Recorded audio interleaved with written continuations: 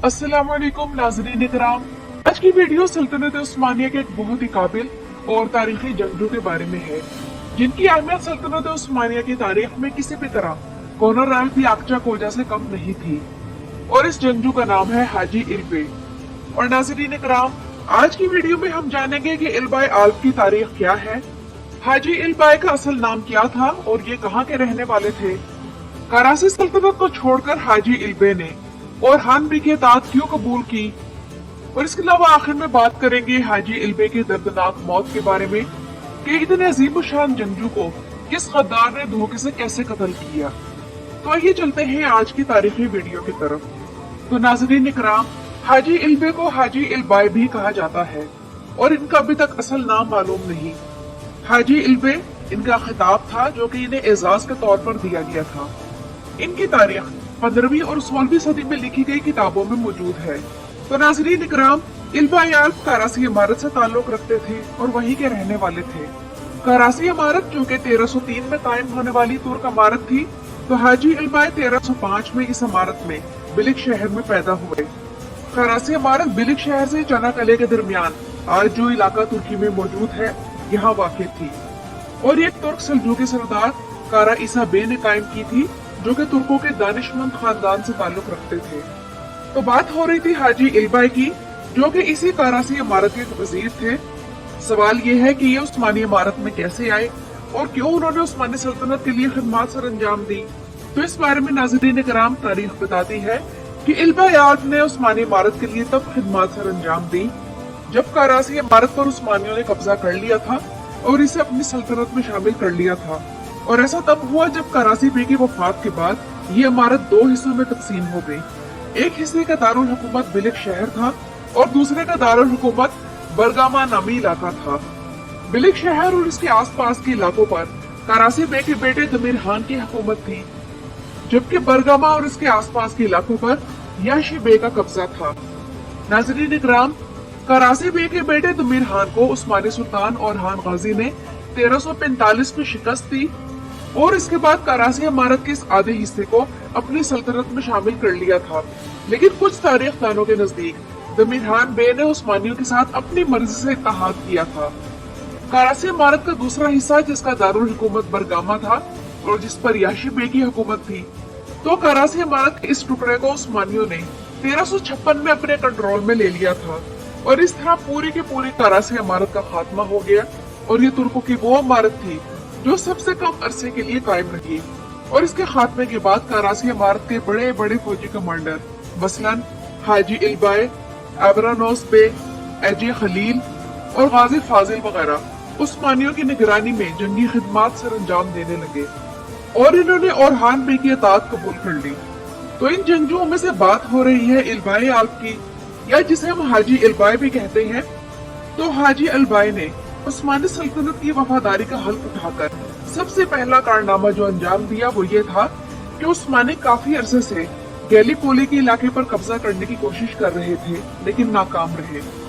हाजी इल्बाए चूंकि कराची इमारत में वजीर थे, तो वो इन रास्तों से अच्छी तरह वाकिफ थे, क्योंकि कराची इमारत की हुक्मरानी समुद्रों पर भी थी और ये बहरी जंगें लड़ने में बहुत माहिर थे, जबकि गैलीपोली तो था ही एक साहिली इलाका। तो हाजी इल्बाए ने उस वक्त ओरहान गाजी के बेटे शहजादा सुलेमान पाशा, जो कि ओरहान गाजी के हुक्म से कराची इमारत जिन इलाकों पर कायम थी, तो उस्मानी सल्तनत में इनके शामिल हो जाने के बाद इन इलाकों के गवर्नर बना दिए गए थे।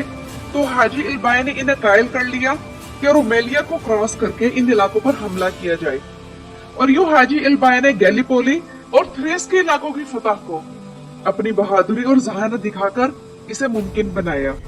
और नाज़रीन इकराम, ये हाजी इल्बाए ही थे जिन्होंने कॉनर हिसार कला फतह किया था, जो कि गैलीपोली के शुमाल मशरिक में था, और इस फतह के बाद वो इस कले के हुक्मरान बना दिए गए। यूं कॉनर हिसार कले को मिलिट्री बेस बनाकर हाजी इल्बाए ने मालकारा और इस्पाला के इलाकों की फतह में अहम किरदार अदा किया। लेकिन नाज़रीन इकराम, 1357 में शहजादा सुलेमान पाशा की वफात हो गई, जो कि शिकार के दौरान अपने घोड़े से गिरकर वफात पा गए थे।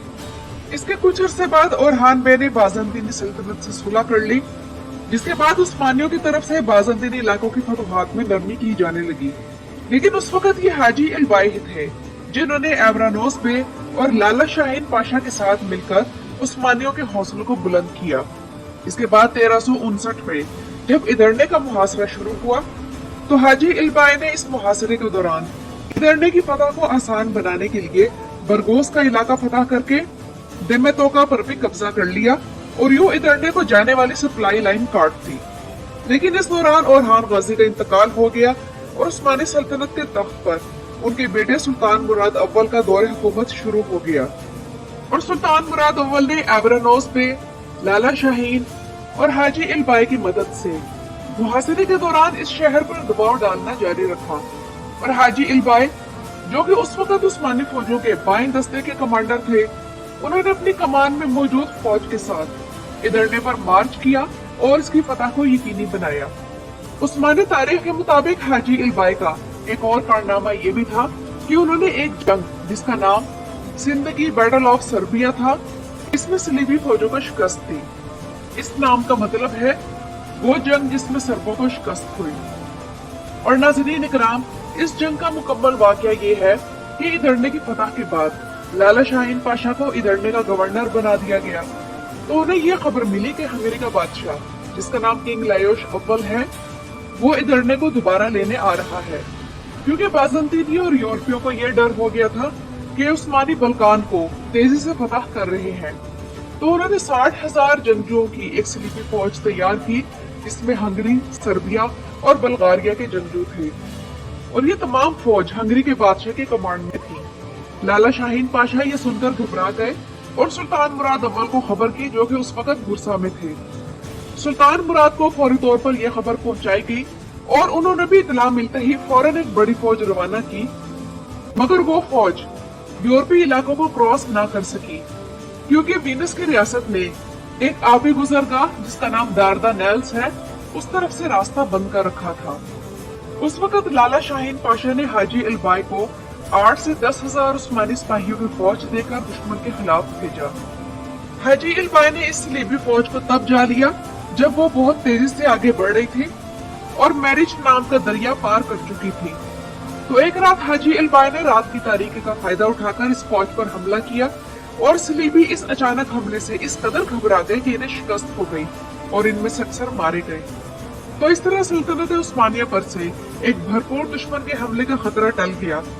लेकिन नाज़रीन इकराम, इस फतह और जंग के बारे में उस्मानी और मगरबी तारीख में इख्तिलाफ है।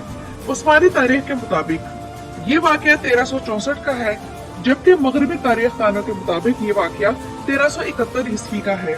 लेकिन मगरबी तारीखदान इस मामले में गलत लगते हैं क्योंकि 1364 में ही हाजी इल्बाई की शहादत हो चुकी थी। और अब आते हैं इनकी वफात की तरफ।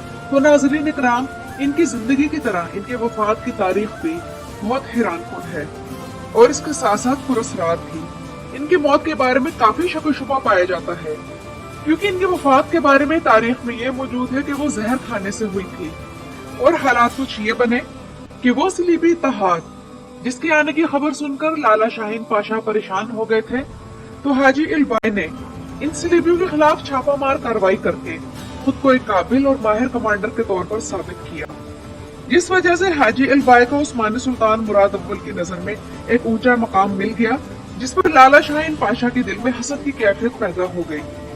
और ये सुनकर आप लोग हैरान होंगे कि कहा जाता है कि हाजी इल्बाई को लाला शाहीन पाशा ने जहर दिया था और यूं 1364 में इनकी वफात हो गई। तो नाज़रीन इकराम, हाजी इल्बाई उस्मानी तारीख में एक अफसानवी पहचान रखते हैं और उन्होंने भी कॉनर आकचा कोजा, कारा अली और अब्दुर्रहमान गाजी की तरह 2 उस्मानी सलातीन के लिए फतुहात की और उस्मानी तारीख में अपना नाम अमर कर दिया। हाजी इल्बाई उस्मानी तारीखदानों के नजदीक फातेह रुमैलिया कहलवाते हैं। तो नाज़रीन इकराम, ये तो थी इनकी जिंदगी की मुकम्मल तारीख। आप लोगों को ये तारीख कैसी लगी मुझे कमेंट्स में जरूर बताइएगा।